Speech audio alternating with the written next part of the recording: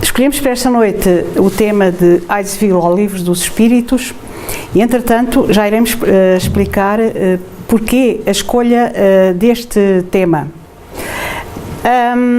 Estamos em plena primavera e ontem o Livro dos Espíritos fez anos.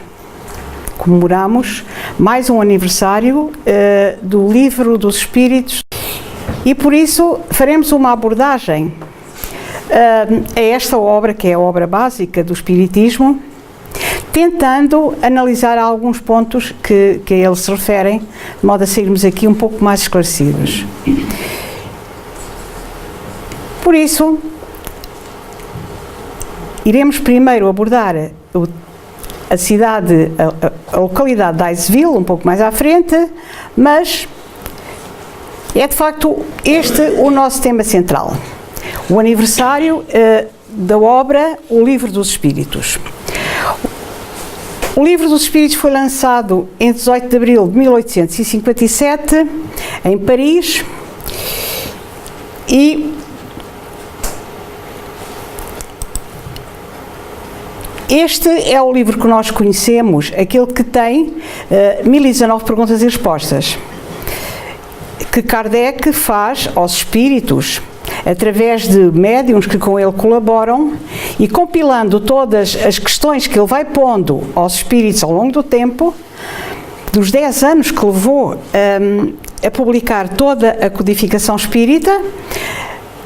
O Livro dos Espíritos, sendo a primeira obra que é lançada à humanidade sobre o modo de como a espiritualidade vê o mundo superior à luz da doutrina de Jesus, é lançado em 1857, mas não tinha este perfil. Portanto, é já um livro mais recente. Temos como codificador Allan Kardec, um professor da sociedade francesa, homem muito conhecido e que não tinha qualquer tipo de religião, mas era um homem de ciência, mas gostava de aprofundar as coisas da alma. E por isso o professor Rivail se lança à descoberta de mais alguma coisa que possa ajudar a humanidade, e é assim que nos aparece desta forma séria, e que neste dia em que comemoramos mais um ano de lançamento do Livro dos Espíritos, será de bom tom que elevemos até ao professor Rivail, até a Allan Kardec, um pensamento de gratidão, porque muitas vezes nós nos perdemos em toda a beleza que tem a obra básica, em toda a beleza que tem as obras satélites lançadas por outros médiuns e que confirmam aquilo que Kardec compilou, e nos vamos esquecendo da figura humana que foi o professor Rivail dentro da missão que ele aceitou.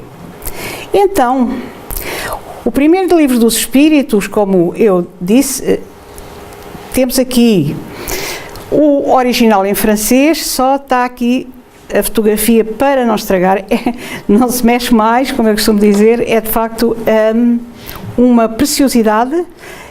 É a primeira edição e única do Livro dos Espíritos, que é apresentada com 501 perguntas e respostas, e em 1857, como já falámos.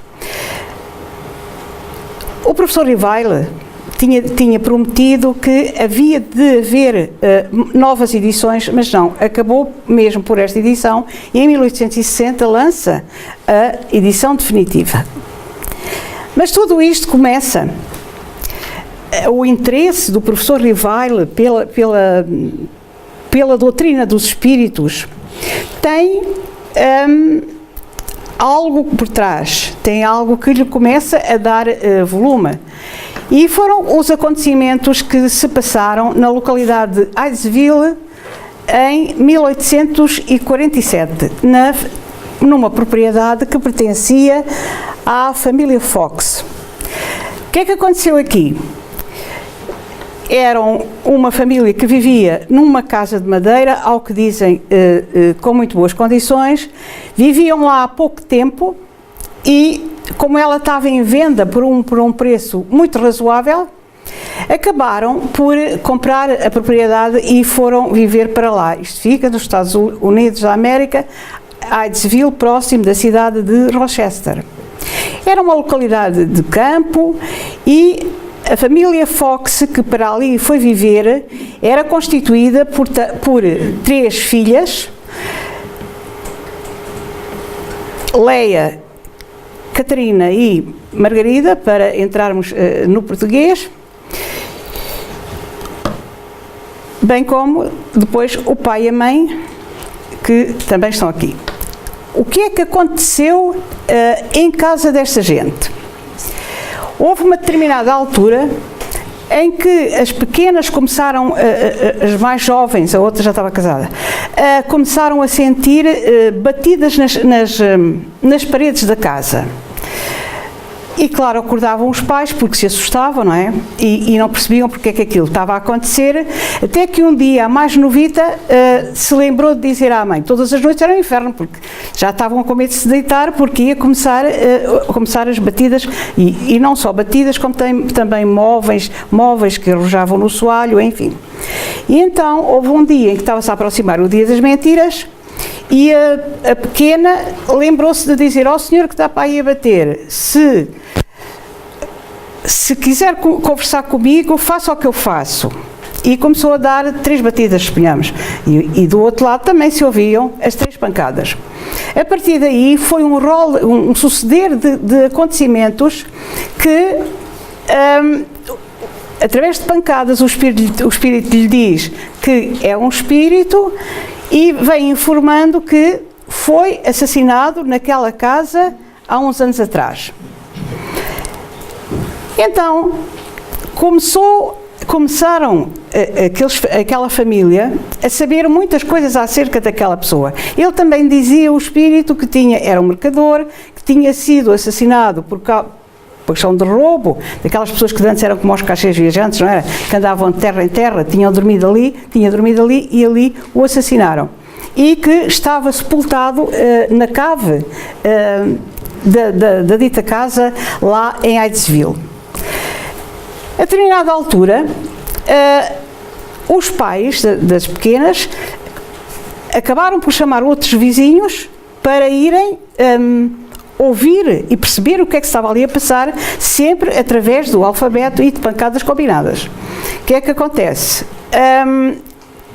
E os espíritos que se ali manifestaram, não só já o mercador, mas também outros espíritos que se foram manifestando através daquelas médiums naquele lugar, já com uma assistência regular, pessoas que eles convidavam para casa para assistirem àqueles fenómenos e ao que se ali passava através de pancadas, começaram a dizer que experimentassem nas próprias casas de cada um, juntarem-se à volta de uma mesa e fazerem aquele tipo de perguntas através de pancadas, sendo combinado um abecedário, evidentemente, combinava-se para cada letra um determinado número de pancadas, de modo a formar palavras e frases.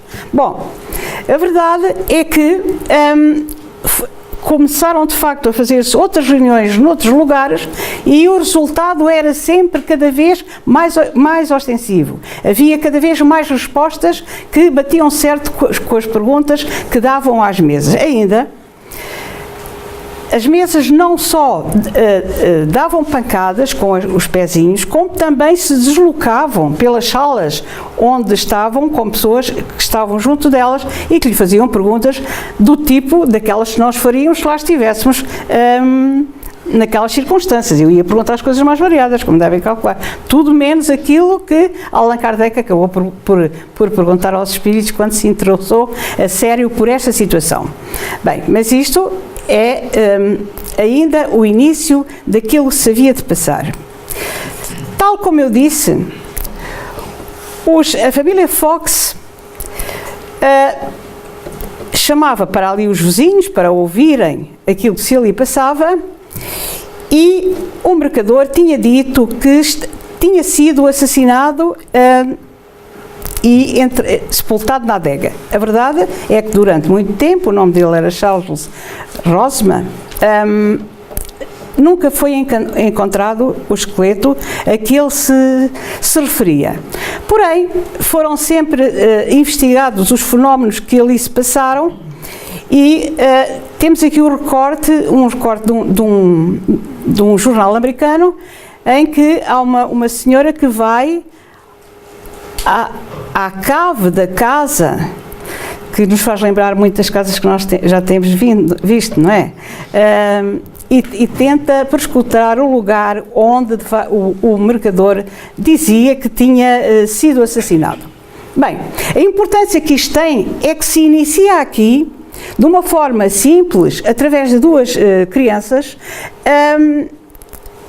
o contacto entre o mundo espiritual e o mundo terreno.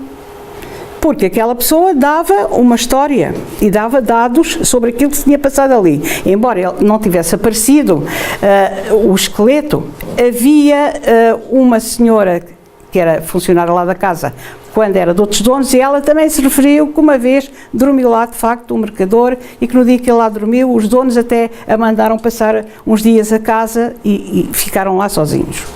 Bom, então, esta pequena casa traz aos Estados Unidos da América a primeira ligação entre o mundo espiritual. Dizem os historiadores que, no que diz respeito aos fenómenos de Hydesville, já tinham existido outras manifestações até mais consistentes do que estas. A verdade é que parece que esta foi aquela em que o sino tocou e em que a humanidade se começa a interessar por este tipo de relacionamento entre os dois planos da existência. E o que é que aconteceu a esta casa de Hydesville? Olhem, ardeu. A determinada altura, a casa é levada por um incêndio, por um lado. Por outro lado, esta mesma casa, digamos que teve dois destinos diferentes. A original foi levada para o museu da cidade de Lilydale, que é, digamos que, o paraíso dos espiritualistas americanos, e naquele sítio construíram outra, uma réplica. Porém, tanto a réplica que foi feita em Hydesville, quando tiraram a original, quanto a que foi levada para Lilydale, que já vamos ver imagens seguintes, ambas arderam dentro de um espaço muito pequeno de tempo. Na altura em que a casa que estava em Hydesville ardeu, os terrenos não tinham dono, consequentemente, unicamente lá colocaram uma pedra que marca o lugar onde viveram as irmãs Fox e onde nos lembra que a vida continua para lá da vida. Mais tarde, a mesma propriedade é comprada pelos espiritualistas de Hydesville, da cidade de Lilydale, e é construída uma coisa mais bonita naquele lugar. É constituído então um memorial àquilo que se passou na pequena localidade de Hydesville. Como a casa já lá não estava, fosse como fosse, foram reconstruídas ali a estrutura das paredes, que vemos aqui, portanto isto é em Hydesville, e em Lilydale foi construído um museu dos espiritualistas americanos que contém recordações, digamos assim, daquilo que foi trazido das ruínas de Hydesville, onde lá tinham estado as meninas e por aí fora. Consequentemente, temos aqui algumas imagens do museu e, curiosamente, em 23 de novembro de 1904, passados mais de 50 anos, no Boston Journal, é assim que se diz, foi notificada a descoberta do esqueleto de um homem cujo espírito se supunha ter ocasionado os fenómenos na casa de Hyde da família Fox em 1848. Ou seja, só em 1904, passados 50 anos por aí, é que é encontrado o esqueleto do mercador. Aquilo era uma ruína, miúdos pequenos da escola foram para lá brincar e encontraram. E o que é que eles encontraram que vem confirmar que era aquele esqueleto que era o do mercador? Encontramos no museu de Lilydale a maleta do mercador, que estava junto a ele, empalmado entre duas paredes. Uma era falsa e estava lá o esqueleto do mercador e estava a mala, o que confirma a história que os meninos tinham dado há 50 anos atrás. E também, mais por curiosidade, a visita que Divaldo Franco faz a este museu em Lilydale. Bom, com alguma saudade, nós vamos ter que sair dos Estados Unidos da América, onde se passou esta coisa encantadora, que os espíritos davam notícias através de batidas em mesas e não só. Mas não vamos sair ainda. Uma vez que fizemos esta viagem, que é carota, não é? Ainda é longe.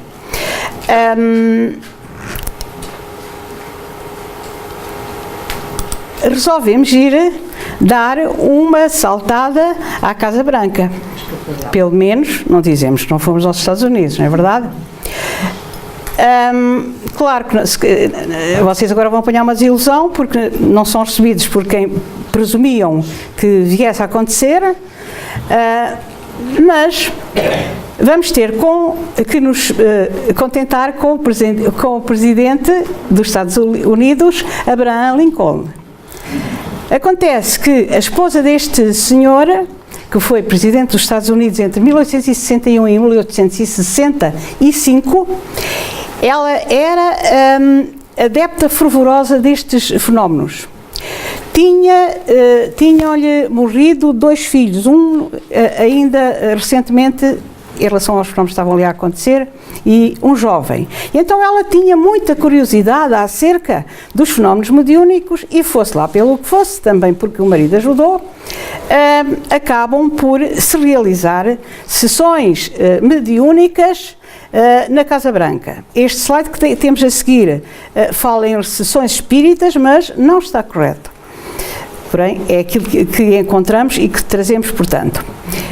Esta obra, Nettie Colburn Maynard, Sessões Espíritas na Casa Branca. Aqui temos então o Presidente e aqui um pequeno texto de análise àquilo que se passou nestas sessões, onde diz que se de facto aquilo que se relata em relação às reuniões mediúnicas na Casa Branca for real, é o acontecimento do século XIX. Ainda uma capa mais atual em que encontramos então descrição daquilo que se passou em algumas das sessões que foram realizadas na Casa Branca. Pronto, então já visitámos esta gente por dentro e através dos portos da Europa, os marinheiros, nesta altura a aviação ainda não era assim tão fácil como é hoje, e a comunicação dava-se mais através dos portos de mar, dos navios que faziam as carreiras de carga. E é através de marinheiros que a ideia das mesas que dão respostas inteligentes chega à cidade de Paris. E aqui, Paris era sem dúvida o centro do mundo. Mais valia que um acontecimento de escala 10 tivesse acontecido em Paris, onde tinha uma projeção enorme, de que um acontecimento de escala 100 ou 1000 e que se tivesse dado aqui em Portugal, porque Paris era de facto o berço da sociedade elitista. E ao chegar a Paris, rapidamente se transforma também na coqueluche dos serões que as pessoas faziam.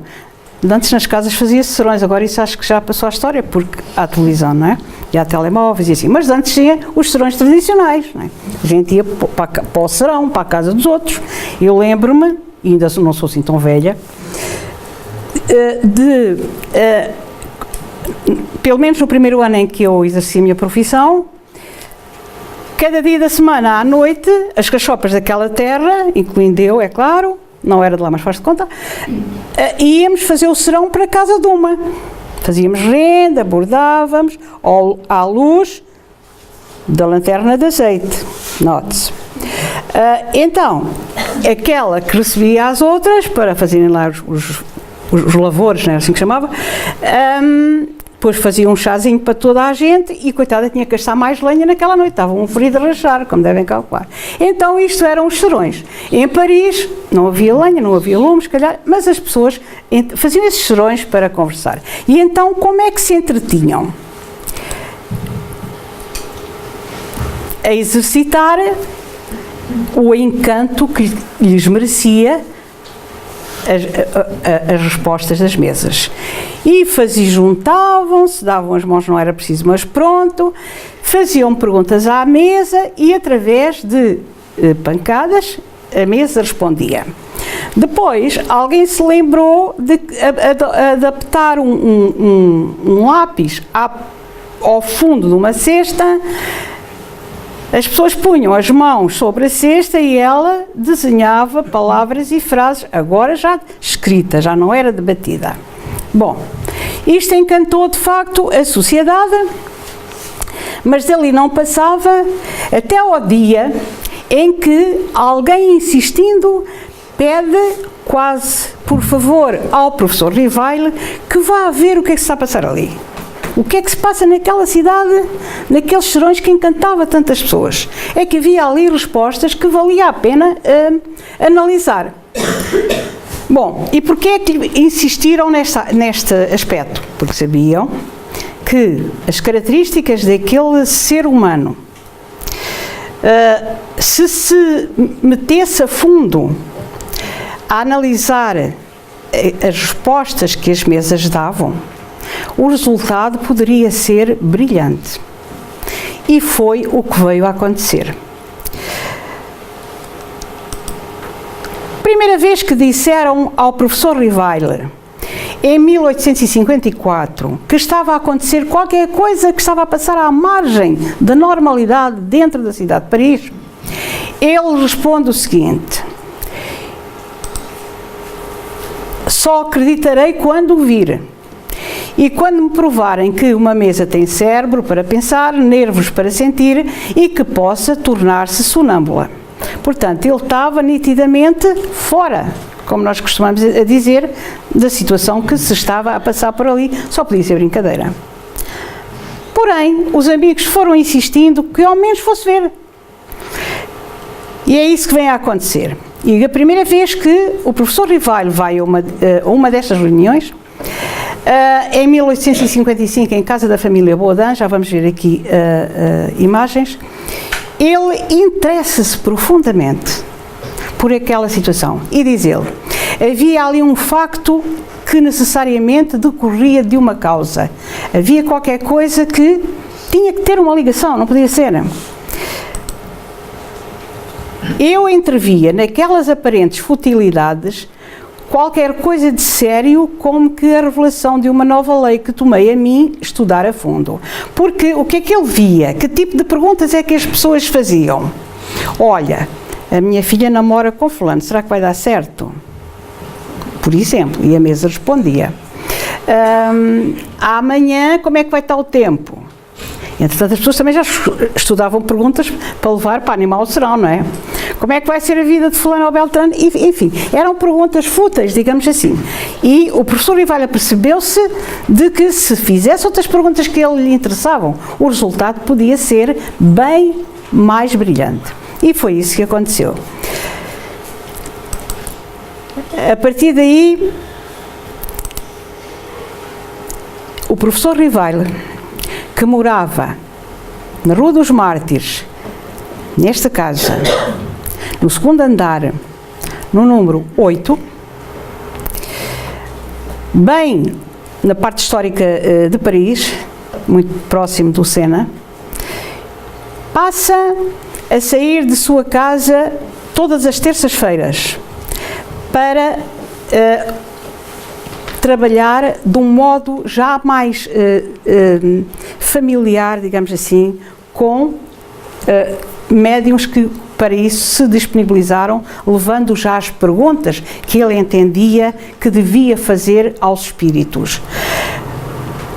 Então, uma das perguntas que ele fez e que o levou, de facto, a entrar por este estudo, foi quando ele pergunta se a mesa não tem cérebro nem para pensar, como é que dá perguntas inteligentes? E as mesas responderam, não somos nós, são as almas dos homens que viveram na Terra.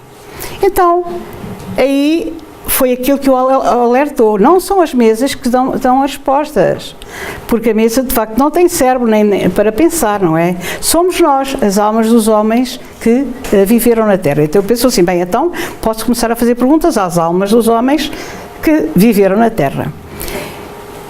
O professor Rivail vivia então nesta casa, na Rua dos Mártires, número 8. Gostava só de passar aqui uma curiosidade, é que assim, a casa não dá diretamente para a rua.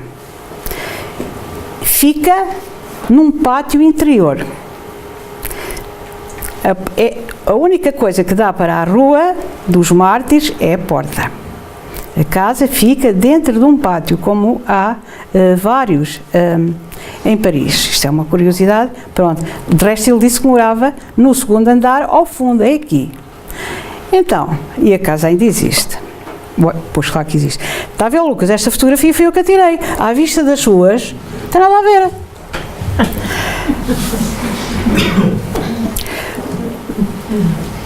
Eu nunca fui para isso. Hã? Eu também nunca fui para isso. Tá, e as suas são da Foz do Orelho e o Lucas farta-se publicitar. Bem, mas vamos lá continuar. Então, desta porta, onde o professor Rivail morava, ele, a primeira vez que vai a uma reunião destas para observar, isto foi uma parte, temos que cortar, para observar aquilo que se passava com as mesas, foi na casa da senhora Pleine Maison, na rua Rochechouart.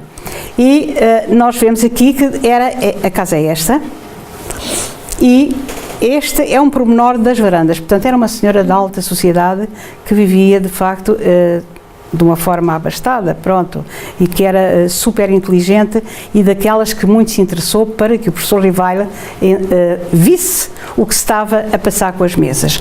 Aqui ele conhece a família Baudin, que tinha duas pequenitas, e o pai convidou-o a frequentar as reuniões em casa dele, e foi assim que o professor Rivail entra no contacto, nas perguntas que queria fazer aos espíritos acerca da vida para lá do plano físico, para lá da Terra.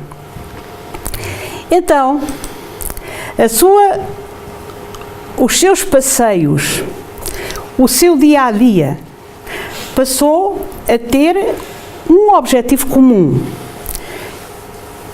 ir trabalhar com estas duas meninas e com mais alguns médiuns que se lhe juntaram, calcorreando as ruas de Paris, fazendo perguntas sobre perguntas. Depois auxiliado também pela esposa, portanto, ele levava todo aquele amontoado de respostas que tinha encontrado através das mesas e das meninas que escreviam. Entretanto, ele teve a ideia de tirar o lápis da cesta e colocá-lo diretamente na mão das pequenas, dava o mesmo resultado, e então elas passaram a escrever, ou seja, apareceu aqui aquilo que nós chamamos psicografia, a escrita dos espíritos. Tendo já muito material compilado aqui, imaginemos o trabalhão que dava, porque depois, nos dias em que não ia se encontrar com as meninas e levar as perguntas, ele tinha que compilar tudo aquilo e deitar fora aquilo que não lhe interessava para a sua investigação. E aí, de facto, a esposa foi fundamental nessa área. Então, Passado que o professor Rivalho viu que já tinha material que poderia compor um livro, surgiu-lhe a ideia. E ao surgir a ideia, há um espírito, põe-se também o problema de como é que se ia lançar um livro, aquele tal da capinha verde, se tinha que se arranjar um nome, não ia pôr o nome dele, porque não foi ele que fez aquilo. Ele unicamente recebeu, não podia assinar. Então há um espírito que lhe diz que ele, noutra encarnação, se chamou Allan Kardec e ele optou então por esse nome. A partir daí, o livro veio assinado por Allan Kardec. Agora, será que foi fácil lançar esta primeira obra? Não. O professor Rivalho contactou vários livreiros parisienses para que lançassem a obra no mercado? Não. Nem ninguém se quis associar a ele na despesa do lançamento de um livro que sempre existe, nem livreiros que quisessem abalançar-se àquela investigação. Acontece que o Livro dos Espíritos acaba por ser lançado neste edifício, o Palais Royal, numa pequena livraria. Este é o interior da livraria, em desenho, é claro. Ele é lançado no Palais Royal, na Galeria de Orleans, por Edantu Livreiros, 13, é o nome é o número de porta da livraria, em 18 de abril de 1857. Mas se eu acabei de dizer que ninguém estava interessado em lançar esta obra, porque os livreiros achavam que corriam riscos. E este Edantu acaba por aceitar. Primeiro, o dono da livraria mostrou-se renitente. Eu só tenho lá paciência, mas nem pensar. Foi mesmo brusco com o professor Rivalho. Entretanto, a esposa e sobretudo o filho instaram para que, lendo a obra, mas você já viu aquilo, veja bem porque tem conteúdo, é interessante. Isto, sobretudo o rapaz, insistia para que aquele livro fosse lançado. E é assim que, neste dia 18 de abril de 1857, um sábado pela manhã, lá aparece então o nosso Livro dos Espíritos. Ora, mais tarde, como já disse, aparece então, em 1860, a edição que temos, neste momento, a que tem 1019 perguntas e respostas. Na altura a primeira tiragem foram de 1200 exemplares e nunca mais se fez nenhuma. Portanto, o livro de capa verde, hoje em dia, é uma relíquia, para aqueles que ainda possuem. O possuem, claro. Foi, de facto, uma maratona em que trouxe à humanidade uma lição diferente, um modo de encarar a vida. Nós vemos que, quando Jesus andou na Terra, aquilo que ele deixou no seu Evangelho foram parábolas simples, para que aqueles que o rodeavam o entendessem. As palavras de Jesus eram repassadas de compreensão, de paciência, de fé no futuro, de amizade uns entre os outros, de simpatia, de cordialidade, de entreajuda. E o Espiritismo? Como é que defende a passagem de Jesus na Terra? Da mesma forma. Allan Kardec, na pergunta 625 do Livro dos Espíritos, pergunta-lhes diretamente: qual é que é o modelo neste planeta, o modelo de pessoa que por aqui tenha passado, que nos possa servir de exemplo, de algum modo de farol de conduta? E os Espíritos respondem: vede Jesus.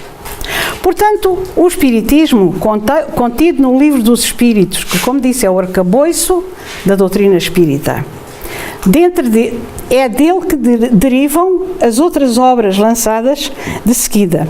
Todos eles têm uma ligação ao próprio Livro dos Espíritos. Digamos que é a estrutura do Espiritismo. Depois o Evangelho segundo o Espiritismo, o Livro dos Médiuns, o Céu e o Inferno e a Gênese estão de algum modo contidos no Livro dos Espíritos e depois desenvolvidos nas obras que a eles dizem diretamente respeito. Foram 10 anos até que surgisse a última obra, a Gênese. Agora, falámos que o modelo que o Espiritismo segue é o modelo que Jesus nos deixou na Terra. E por isso mesmo vamos ao Evangelho de Jesus. E disse Jesus: se me amais, guardai os meus mandamentos. E eu rogarei ao Pai, e Ele vos dará outro Consolador, para que fique eternamente convosco, o Espírito de verdade, a quem o mundo não pode receber, porque não o vê nem o conhece. Mas vós o conhecereis, porque Ele ficará convosco e estará em vós. Mas o Consolador, que é o Espírito Santo, a quem o Pai enviará em meu nome, vos ensinará todas as coisas e vos fará lembrar de tudo o que vos tenho dito. Evangelho de João, capítulo 14, versículos 15, 17 e 26. Ora, agora podemos pôr a questão, então e porquê é que Jesus não disse logo aquilo que tinha para dizer e há necessidade de, há 163 anos, aparecer o Espiritismo na Terra para se tornar o Consolador que Jesus prometeu? Isto tem a ver com a evolução da humanidade. Na Terra vivem espíritos simples, que somos nós neste momento, mas para trás, através da lei da reencarnação, que, como Allan Kardec nos explica, através dos espíritos, tivemos outras vidas. Essas vidas foram sempre menos completas, passa a redundância, de conhecimento do que esta vida que nós temos. Hoje, como diz o meu amigo Ulisses Lopes, eu estou melhor do que nunca. O que já é bom, não é? Para trás, fui sempre pior. Então fui avançando. Esta é a minha melhor situação, a minha melhor radiografia. Então, naquele tempo, nós, no tempo de Jesus, se agora ainda somos pedra com pedra, no tempo de Jesus muito mais os seríamos ainda. E de facto, ele apercebia-se disso. Deixem lá, que há muitas coisas que vocês ainda não percebem agora. Mas o meu Pai há de vos enviar o Consolador, para que vocês percebam coisas que ainda não entendem. E de facto, não é muito fácil dizer, bem, ou perceber, ou aceitar, bem-aventurados os que sofrem porque são consolados. Espera lá, se não sofrer é muito melhor, não é? E por aí fora, se formos analisar só o sermão das bem-aventuranças. Mas Jesus sabia que ele tinha dificuldades, ele próprio passou por dificuldades, como nós sabemos, na sua vida, acabando por sucumbir às mãos da sociedade em que vivia. Dentro da mesma rota de pensamento, encontramos na revista Reformador, na altura em que os Livros dos Espíritos fez 160 anos, este texto muito curioso.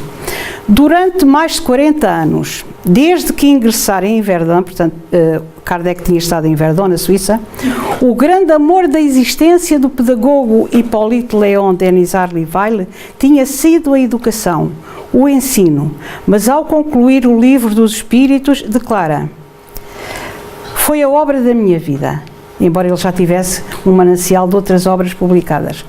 Dei-lhe todo o meu tempo, sacrifiquei-lhe o meu repouso, a minha saúde, porque o futuro estava escrito diante de mim em letras irrecusáveis. E naquele primaveril sábado em Paris, em 18 de abril de 1857, há 160 anos, como já disse, consolidada por a promessa do amor de Jesus, da vinda do Consolador, é consolidada por Allan Kardec, com a publicação de O Livro dos Espíritos, em tiragem de 1200 volumes, como já tinha dito, na primeira edição, de capa cor cinza esverdeada, com 501 perguntas. Era em formato grande, com 176 páginas de texto e apresentava o assunto distribuído em colunas. Agora, porquê é que nós dizemos que o Espiritismo é o Consolador prometido por Jesus? Para nós os espíritas é.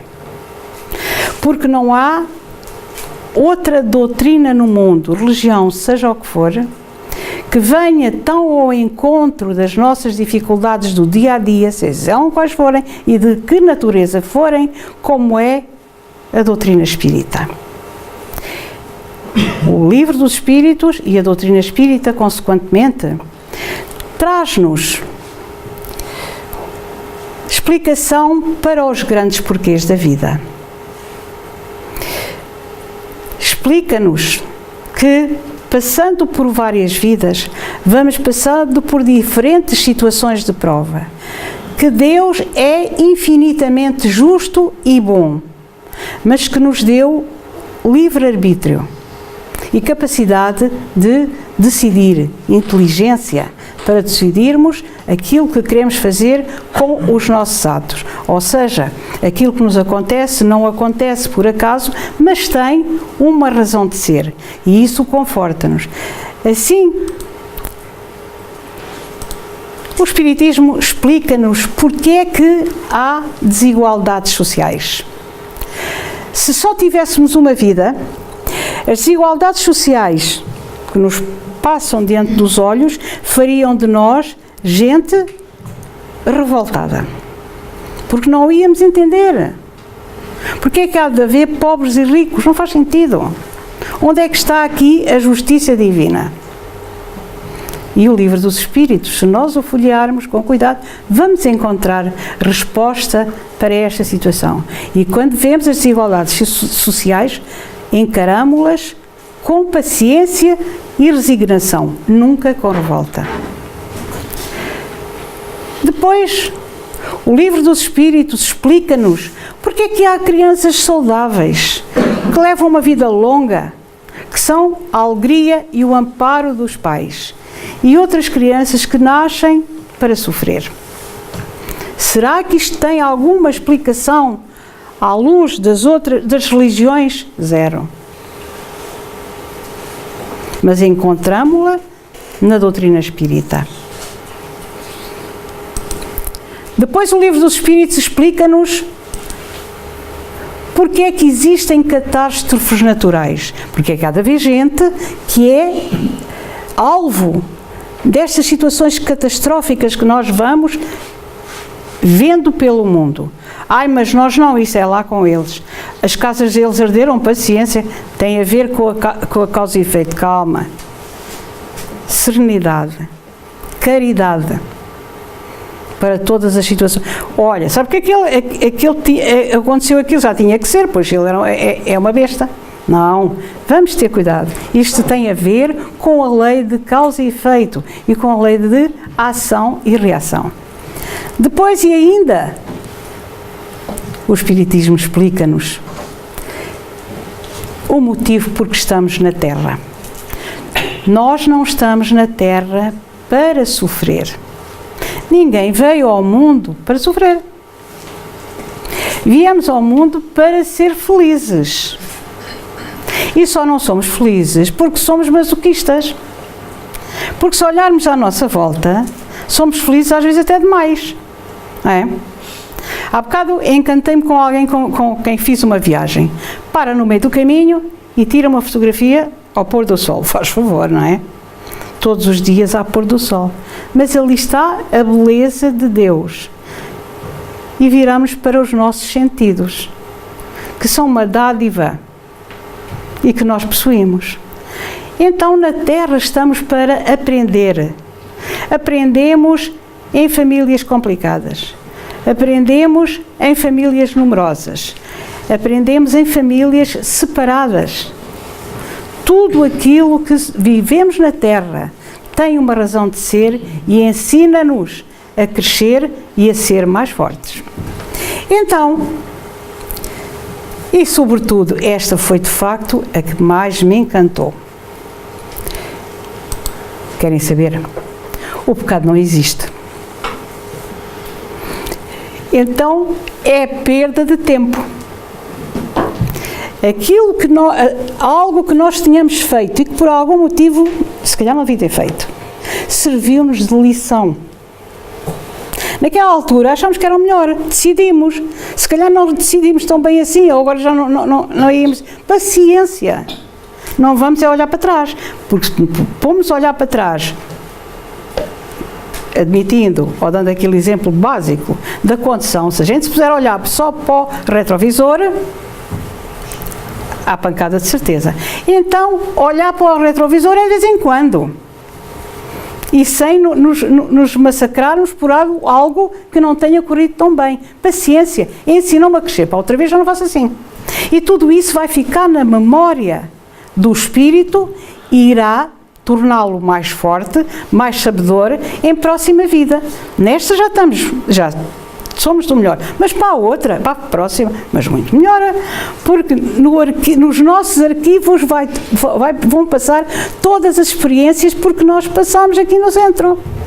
Até por aquelas que nos desgostaram mais, que as pessoas que estão aqui no centro e que são maçadoras e que telefonam, ai Jesus, e depois o problema resolve-se de uma forma automática, sem que nós nos demos conta. Então isto são experiências, amizades que se criam, enfim, tudo aquilo que faz de nós gente crescida. Então o melhor que há aqui nesta história toda é a conversa do pecado. Ardeu, não dá. Também, quando nós tivemos a noção do pecado, já tínhamos feito tantos disparates que já estávamos no céu, no inferno, mas há muito tempo, não é? Pronto, já nem valia a pena continuar a esforçar-nos, porque o inferno a gente tinha garantido, o céu já estava difícil de alcançar. Não faz sentido. O Espiritismo é uma doutrina que liberta. Não, nós não vamos ler aqui o Livro dos Espíritos, mas vamos consultá-lo em casa e vamos ver se encontramos algo que se encaixe na nossa situação. Paciência, resignação, autoajuda, aprender uns com os outros. E finalmente, porque de facto vamos ter que justificar que o Espiritismo é a doutrina mais consoladora que existe. Eu sou tão desgraçada, fiquei sem pai, sem mãe, morreu meu filho a seguir. Não é desgraçada nada, porque quer ser desgraçada. É a vida em que nós nos encontramos e as provas que precisamos passar para crescer. Não é? Como dizia há dias o Jorge, então, perdi o meu pai. Não, eu tive um pai excelente. Durante 84 anos ganhei um pai.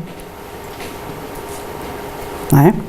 Ganhei por tê-lo, aprendi muito com ele.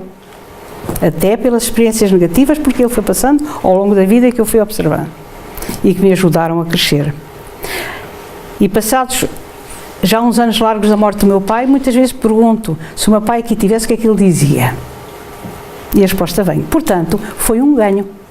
Se nunca tivesse tido aquele pai, não podia ter este tipo de referência na minha vida. Bom, deixemos cá a serpente, que ela já está a ficar chateada. Então, Allan Kardec, nem tudo foram rosas na vida dele. Era uma pessoa muito conceituada, várias vezes foi chamado ao Palácio das Tulherias para explicar aquilo que estava no Livro dos Espíritos ao Imperador. Enfim, era de facto uma pessoa excelente.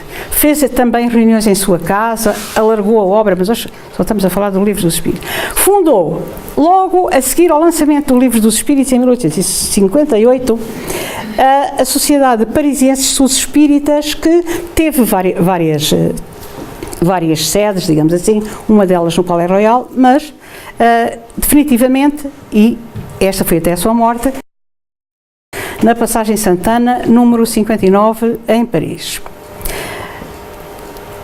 E perguntamos nós, este indivíduo teve uma vida linda, morreu exatamente no ano em que acabou de lançar a obra A Gênese, já ia para casa sossegado. Vamos ver. Será que não teve reveses? Diz Kardec, nas obras póstumas, formada a princípio de elementos pouco homogéneos e de pessoas de boa vontade, que eram aceites com facilidade um tanto excessiva, isto aplica-se ao dia a dia, à atualidade. Reparem, ele teve problemas com as pessoas que aceitava para fazerem parte daquela sociedade, que não foram os menores percalços da sua vida. Explica também que isto aconteceu porque, está ali, aceitava pessoas para colaborar com ele que não conhecia bem. Fazia as coisas de maneira ligeira e depois às vezes dava mau resultado. Mas isto ainda acontece hoje por todo o mundo. Mas é interessante como Kardec refere esta situação como algo que lhe atrapalhou a existência e a rota de lançamento do espiritismo no mundo. E foi exatamente num dia desses, num dia em que Kardec não se sentia bem, amarfanhado. Às vezes os espíritos lá diziam, olha, tenha cuidado, porque você tem problemas de coração e tal, mas ele estava pouco se lixando, como dizem os brasileiros, e lá ia puxando por si, se calhar mais do que aquilo que poderia ser. E exatamente num dia desses, frio e chuvoso, assim daqueles, da melancolia, sabem? Que ele recebe uma carta. É essa carta que eu vos trago. Uma carta para o Sr. Allan Kardec. Allan Kardec, o codificador da doutrina espírita, naquela triste manhã de abril de 1860, estava exausto, acabrunhado. Fazia frio.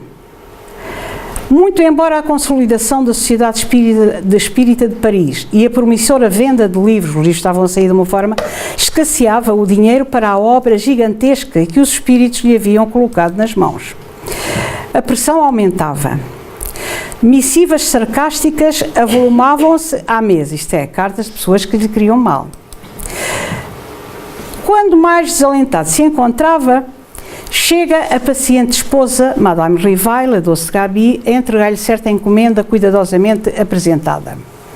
E o que é que dizia a encomenda?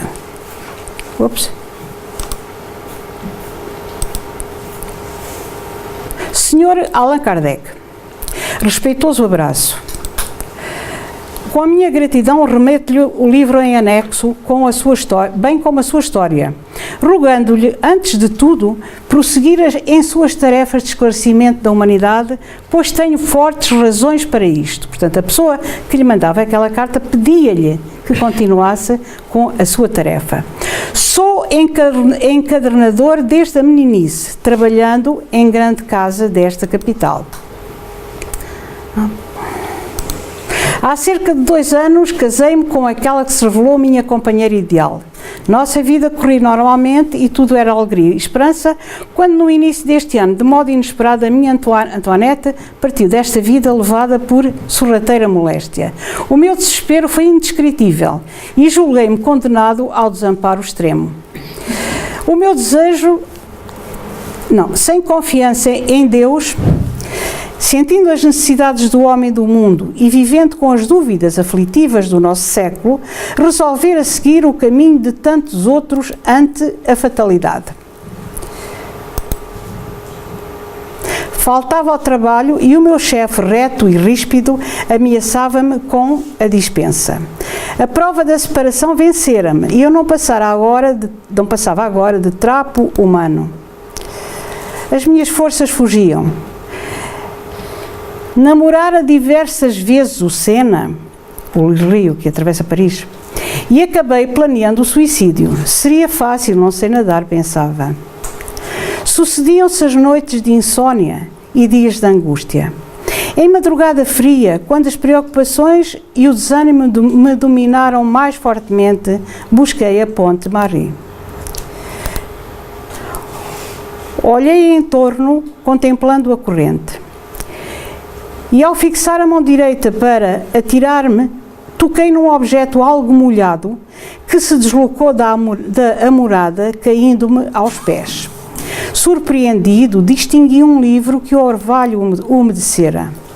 Tomei o volume nas mãos e, procurando a luz mortiça do poste vizinho, pude ler logo no frontispício entre irritado e curioso.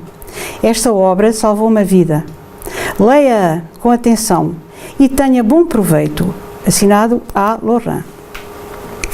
Estupefacto li a obra O Livro dos Espíritos, ao qual acrescentei breve mensagem, volume esse que passo às suas mãos abnegadas, autorizando o distinto amigo a fazer dele o que lhe aprouver.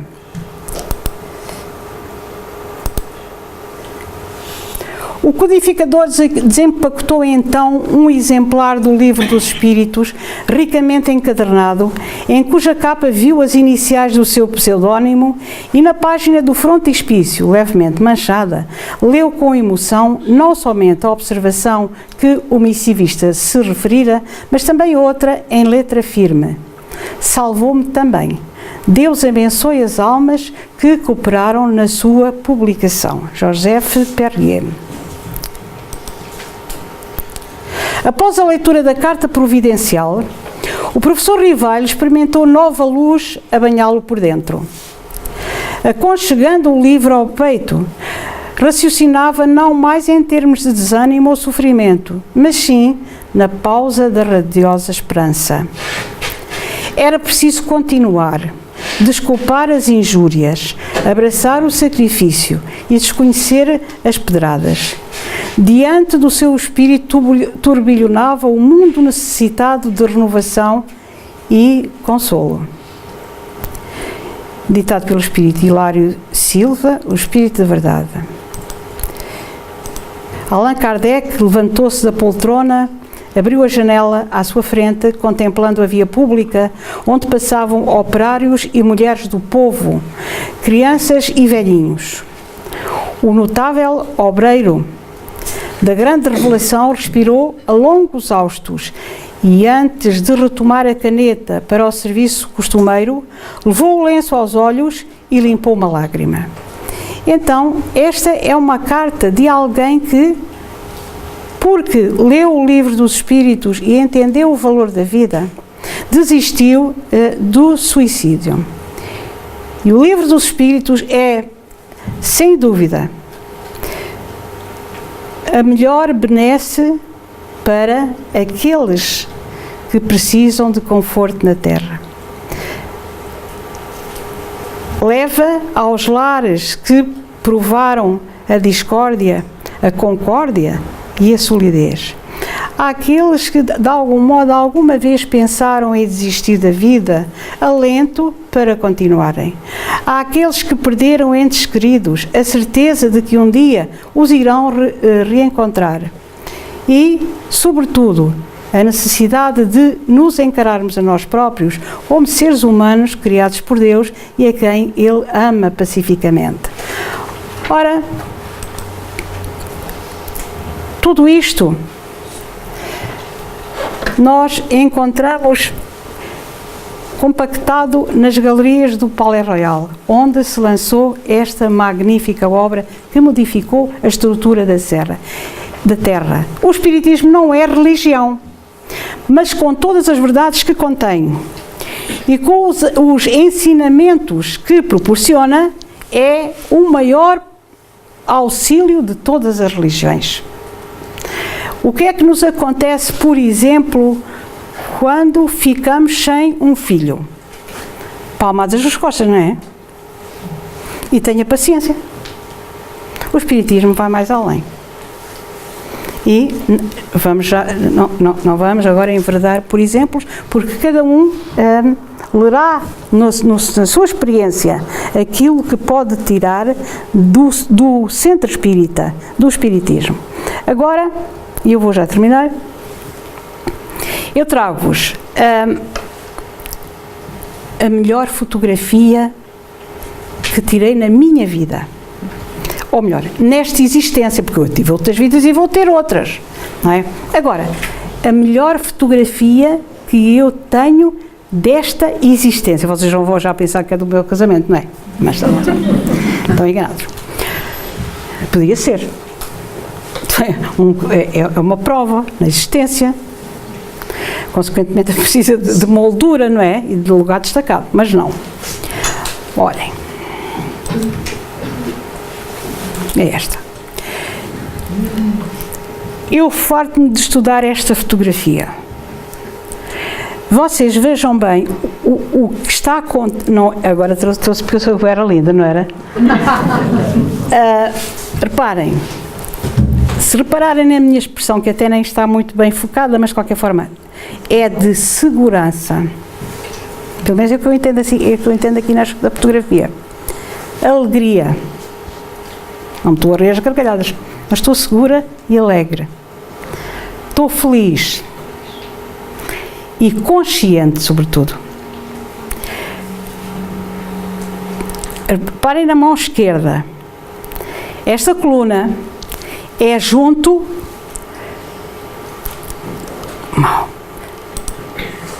da livraria onde o Livro dos Espíritos foi lançado. Eu não vou dizer que o Livro dos Espíritos me salvou do suicídio. Isso foi aquele senhor. Mas livrou-me de outras situações igualmente delicadas e difíceis. Posso dizer que a minha vida tem 2 padrões, antes e depois de ter conhecido o Espiritismo. Por isso, no dia em que eu pude pôr a minha mão sobre as pedras em que, provavelmente, Allan Kardec repousou a sua, é, sem dúvida nenhuma, a imagem que mais me ameniza, mais me tranquiliza como ser humano. Porque a partir deste dia eu senti por dentro o valor que o Espiritismo tem. E, de facto, todo ele está refletido exatamente na segurança que podemos ver nesta imagem. Desejo-vos um resto de noite muito feliz e muito obrigada por me terem ouvido.